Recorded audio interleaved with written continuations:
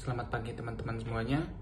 Kami dari kelompok keempat yang beranggotakan saya sendiri Syahputra Munte, Fatarani Fatwa, Kafabil Fawas, Dede Satria, William Tony Ganda, Jonathan Nartawijaya, Cindy Ardelia akan mempresentasikan materi kami yaitu peranti masukan. Jadi langsung saja kita simak presentasinya. Materi awal yang akan dipresentasikan adalah oleh Fatarani Fatwa. Masuk ke sejarah. Sejarah perkembangan peranti masukan atau input device diawali dengan mengadopsi mesin TIK yang pertama kali diciptakan oleh Christopher Latham sekitar tahun 1886 dan juga dilakukan produksi secara massal setahun kemudian yakni di tahun 1887. Keyboard yang ada pada saat ini adalah keyboard QWERTY yang diresmikan sebagai keyboard standar tahun 1973, di mana jumlah tombol pada keyboard tersebut adalah 140 touch. Yang saat ini kita kenal sebagai port diantaranya PS2, USB, wireless, port, serial, dan secara fisik, keyboard memiliki key yang disusun sebagai berikut, yaitu alphanumeric, numeric, keyboard foundation, key modifier, key cursor movement key. Hingga saat ini, peranti masukan telah memiliki banyak jenis, diantaranya mouse, scanner, joypad, dan lain semacamnya. Baik, saya akan melanjutkan ke prinsip kerja peranti inputan. Peranti inputan atau input device berfungsi sebagai media untuk memasukkan data dari luar sistem ke dalam suatu memori dan proses untuk diolah dan menghasilkan informasi yang diperlukan. Data yang dimasukkan ke dalam sistem komputer dapat berbentuk signal input dan maintenance input. Signal input berbentuk data yang dimasukkan ke dalam sistem komputer, sedangkan maintenance input berbentuk program yang digunakan untuk mengolah data yang dimasukkan. Jadi input device selain digunakan untuk memasukkan data, input device juga bisa digunakan untuk memasukkan program. Contoh perangkat input ya ada keyboard, mouse, mikrofon, scanner, dan kamera. Yang berikutnya ada jenis-jenis. Adapun beragam jenis peranti masukan berikut ini yaitu pertama adalah ketikan. Ketikan merupakan peranti inputan untuk memasukkan data menggunakan tombol pada keyboard. Jenis-jenis masukannya yaitu huruf, angka, ataupun simbol dengan cara diketik. Yang kedua ada pointer. Pointer adalah mouse, perangkat inputan yang lebih spesifiknya masuk ke dalam peranti petunjuk, di mana mouse digunakan untuk memindahkan kursor pada layar monitor melalui sensor merah yang berada di bawah mouse. Dan mouse juga dilengkapi dengan tombol klik kanan dan klik kiri yang masing-masing punya kegunaan untuk mengganti enter, select pada keyboard. Kursor mouse akan bergerak mengikuti jalur tangan pengguna saat mereka menggerakkan mouse. Grafik menunjukkan contoh kursor mouse. Fungsi dari mouse adalah untuk menggerakkan kursor di layar dan dapat memilih icon dengan mengklik satu kali dan dua kali untuk membuka menu yang ingin dituju.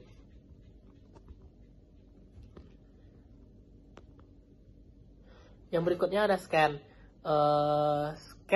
Contoh peranti dari scan adalah scanner, yaitu alat penggandaan gambar atau teks atau berkas yang kemudian disimpan dalam bentuk digital di komputer dengan cara memindai setiap bagian lembaran hingga tidak ada bagian yang tertinggal atau tersisa. Yang berikutnya ada sinyal. Sinyal memiliki jenis-jenis peranti masukan, di antara lain adalah mikrofon. Mikrofon adalah perangkat keras yang dapat menangkap gelombang suara lalu dimasukkan ke dalam data yang nantinya akan disimpan pada memori komputer kita. Mikrofon merupakan salah satu transducer atau perangkat yang mengubah energi dari satu bentuk ke bentuk yang lainnya, di mana mikrofon mengubah energi akustik atau gelombang suara menjadi energi listrik atau sinyal audio. Yang berikutnya ada kamera web. Kamera web, contoh perangkat masukannya adalah webcam, yaitu perangkat keras seperti kamera, namun berukuran kecil yang terletak di atas layar monitor komputer. Webcam merupakan sejenis kamera kompak yang dapat dipasang ke komputer atau laptop guna menyajikan video secara real-time alias live, mirip dengan kamera digital pada umumnya. Webcam bekerja dengan menangkap cahaya lewat lensa berukuran kecil di bagian depan dengan bantuan detektor cahaya mikroskopik yang terpasang pada microchip penerima gambar. Assalamualaikum warahmatullahi wabarakatuh. Perkenalkan, nama saya William Tony Ganda. Saya berasal dari kelompok 5. Saya berada di sini untuk menjelaskan tentang fungsi dari beberapa contoh tentang peranti masukan. Yang pertama tentang ketikan atau keyboard. Fungsi dari keyboard adalah untuk memudahkan kita dalam membuat satu ketikan yang ingin kita buat, baik berupa angka, huruf, simbol, dan lain-lainnya. Yang kedua, pointer atau mouse. Fungsi dari mouse adalah untuk menggerakkan kursor di layar dan dapat memilih ikon dengan mengklik kiri satu kali dan mengklik 2 kali untuk membuka menu yang ingin dituju. Yang ketiga, scan atau scanner. Fungsi dari scanner ini adalah untuk mengcopy, menyalin gambar, teks dan berkas yang kita inginkan ke dalam penyimpanan internal. Yang keempat, sinyal atau mikrofon. Fungsi dari mikrofon untuk merekam suara yang kita masukkan dan menyimpannya. Yang kelima atau yang terakhir, kamera web atau webcam. Fungsinya adalah untuk menampilkan atau mengambil gambar dan video yang ada di depan komputer. Mungkin itu saja dari saya. Assalamualaikum warahmatullahi wabarakatuh.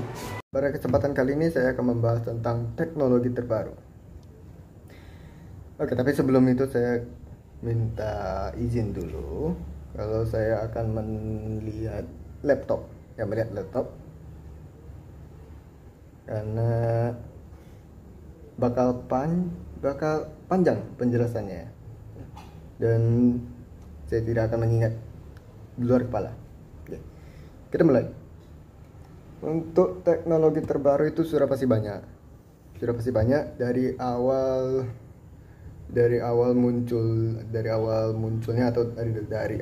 dibuatnya teknologi itu sampai tahun sekarang, yaitu tahun 2022. Itu sudah pasti banyak. Ya udah banyak banget teknologi yang baru untuk yang bermunculan kan. Apalagi nanti di tahun 2023 nanti, yang kita tinggal hitung 1 bulan lagi, itu tahun 2023 itu bakal ada teknologi terbaru yang muncul. Oke, sekarang kita bahas tentang teknologi terbaru. Perkembangan zaman sudah semakin meningkat, salah satunya ialah semakin berkembangnya teknologi masa kini, yaitu input device, bukan output device ya, karena output device itu di luar dari materi kami, jadi saya akan membahas mentok khusus untuk input device. Masukan perintah tersebut bisa berupa gambar, teks, ataupun suara. Adapun beberapa contoh dari teknologi terbaru peranti masukan atau input device di bahasa Indonesianya. Yang pertama itu ada papan ketik virtual. Papan ketik virtual ini semacam keyboard virtual, bukan papan asli. Keyboard virtual ini sama halnya dengan keyboard pada umumnya.